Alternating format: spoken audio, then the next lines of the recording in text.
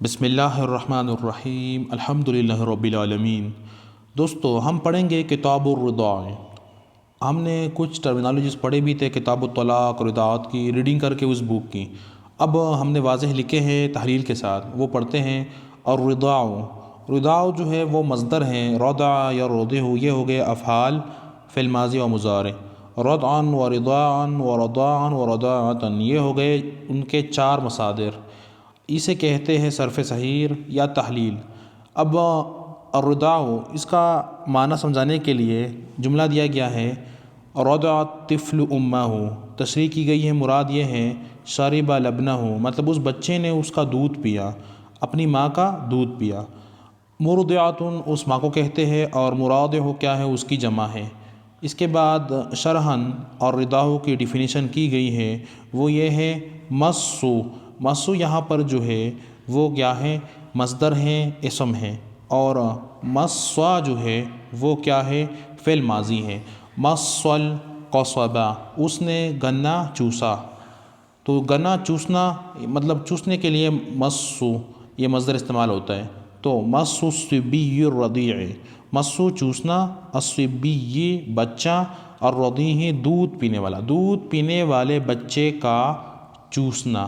من الثدی الادمیۃ، صد کہتے ہیں پستان یا سینہ، عورت کے سینے سے کیا چوسنا، دودھ چوسنا، فی المدت ہی، اپنے مدت میں۔ ہم نے وہ جب ریڈنگ کی ہے اس کتاب کی تو اس میں ہم نے مدت بتایا ہے کہ مدت کیا ہے۔ اس کے بعد ہے کتاب الطلاق۔ الاسلام دین الفطرہ دین الواقع، الطلاق من ابعد المباحات ہند الضرورت شدیدہ و بقدر ضرورہ فقط، مطلب یہ طلاق جو ہے مباح چیزوں میں ابعد، ناپسندیدہ ہے، اور ضرورت کے وقت ہے، اور جب سخت ضرورت ہو تب یہ طلاق استعمال کر سکتا ہے بندہ۔ اس کے بعد طلاق کی لغتاً ڈیفینیشن کی گئی ہے، وہ ہم پڑھتے ہیں۔ لغتاً معنی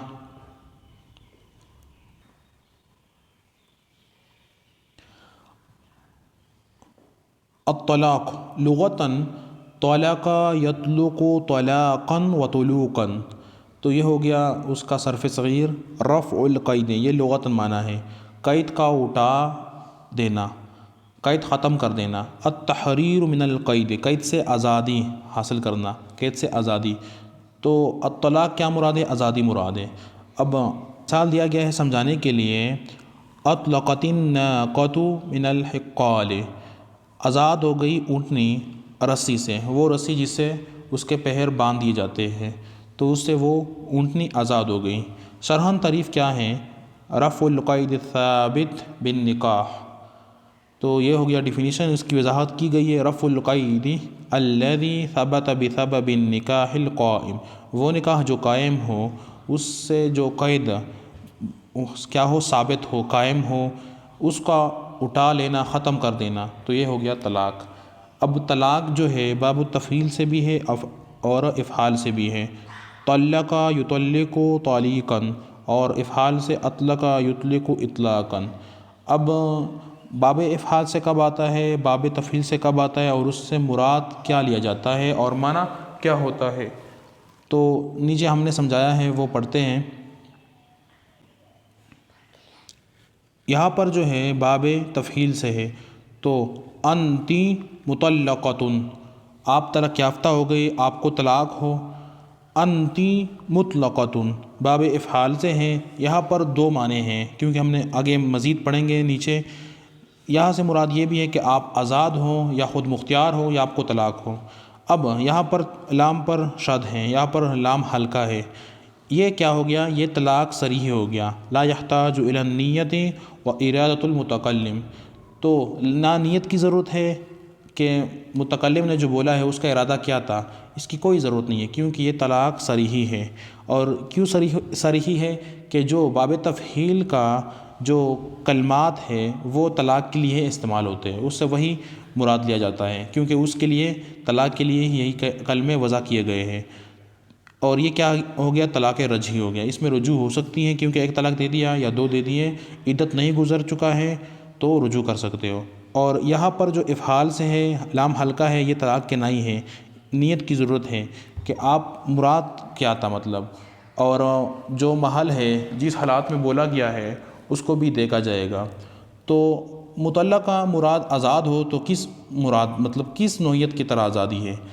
تو یہ کیا ہو گیا، طلاق بائن ہو گیا، یہ ایک طلاق ہو گیا اور اس میں رجوع نہیں ہو سکتی، مگر وہی پرانے شوہر کے ساتھ تجدید نکاح ہو سکتا ہے، مطلب نئے نکاح کے ساتھ واپس لوٹ سکتی ہے وہ عورت۔ یہاں پر یہ بائن کون سا ہو گیا، طلاق کنائی بائن ہے، کیونکہ یہ اشارے سے بات ہو رہی ہے، بات واضح نہیں ہے۔ اور کنائی کیا ہے، کنا یکنی، کنایتن جو ہے کنایتن ما استتر المراد بھی، جس کا مراد چھپا ہوا ہو، تو کنائی یہ ہو گیا جس میں بات مخفی ہو، چپ ہو۔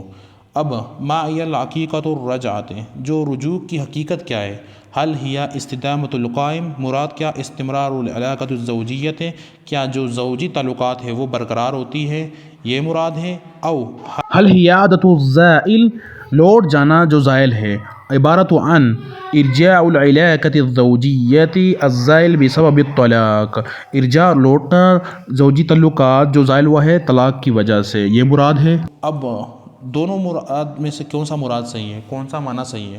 تو نیچے ہم نے وضاحت کی ہے کہ اس سے مراد کیا ہے، فی حقیقت، حقیقت میں کیا ہے، الرجعۃ، رجعہ جو ہے ابقاء النکاح او استدامت القائم، مطلب اس میں نکاح قائم ہوتا ہے، نکاح باقی ہوتا ہے۔ یشترط لصحۃ الرجوع بقاء العدۃ، جو رجوع کا کیا ہے، صحت ہے، عدت کے بقاء کے ساتھ شرط ہے، مطلب عدت ہے رہ چکا ہے، گزر نہیں گیا ہے تو رجوع ہو سکتی ہے، اگر عدت گزر گیا تو رجوع نہیں ہو سکتی۔ تو عدت گزرنے سے پہلے اس کا نکاح قائم ہوتا ہے اور اس میں رجوع کر سکتا ہے۔ اس کے بعد جو ہے المعلقۃ من النساء، المعلقہ کیا ہے، او خاتون ہوتی ہے، عورت ہوتی ہے، عورتوں میں سے کون سی عورت ہوتی ہے، الامرۃ المعلقۃ، وہ عورت التی لا یعاشرها زوجها عشرۃ حسنۃ ولا یطلقها، وہ عورت جس سے اپنا شوہر یا اس کا شوہر اس کے ساتھ نہ مباشرت کرتا ہے، نہ اچھے طریقے سے پیش آتا ہے، نہ طلاق دیتا ہے، تو ایسے عورت کو المعلقہ کہتے ہیں یا امرۃ المعلقہ کہتے ہیں، کہ جس کا شوہر مطلب شوہر نے تعلق ہی توڑ دیا ہو، نہ قریب جاتا ہو نہ طلاق دیتا ہو، تو یہ ہو گیا المعلقہ۔ اس کے بعد ہے باب الالاء، باب الالاء، الالاء کیا ہے، الا یولی الاء، الالاء کی جو معنی ہے الحلف، قسم، اصطلاحاً کیا معنی ہے، اصطلاحاً الالاء کی جو اصطلاحاً ڈیفینیشن ہے، الحلف، یہاں پر لا نہیں ہے بلکہ علا ہے، علا ترکی قربان زوجیتی مدتاً، چھوڑ دینا، قسم کا لینا چھوڑنے کا، قرباناً جنسی تعلق، عورت کے ساتھ، مدتاً مدت، 4 اشہر 4 مہینے، او اکثر یا اس سے زیادہ، تو یہ پھر الہ تصور کیا جائے گا، یا اس سے مراد پھر الہ ہے کہ بندہ قسم کھائے کہ میں 4 مہینے یا اس سے زیادہ اپنی بیوی کے پاس نہیں جاؤں گا یا اس سے جنسی تعلق چھوڑ دوں گا، تو یہ ہو گیا الہ۔ پھر یہ جب 4 مہینے گزر جاتے ہیں تو یہ طلاق بائن شمار کیا جاتا ہے، اور اگر اس نے قسم توڑ دی تو کفارہ ادا کرے گا۔ اس کے بعد ہے باب الخلع، باب الخلوع میں جو ہے، الخلوع جو ہے وہ کیا ہے، مصدر ہے، خلع یخلع، فتح یفتح یا منع یمنع کے باب سے ہے، خلع اللباس ای نزعہ، نزع مراد اتار دینا، لباس کو اتار دیا، لغتاً کیا ہے، الازالۃ مطلقاً، ازالہ کر دینا مطلقاً، ازالہ میں استعمال کیا جاتا ہے کہ علاج کر دینا، ختم کر دینا، مطلب ازالہ کر دینا مطلق ہر نوعیت کے اعتبار سے۔ اب اصطلاحاً کیا ہے، تو دوستو انشاءاللہ جو خلع کی اصطلاحاً تعریف ہے وہ نیکسٹ ویڈیو میں پڑھیں گے انشاءاللہ، پھر ملیں گے، والسلام۔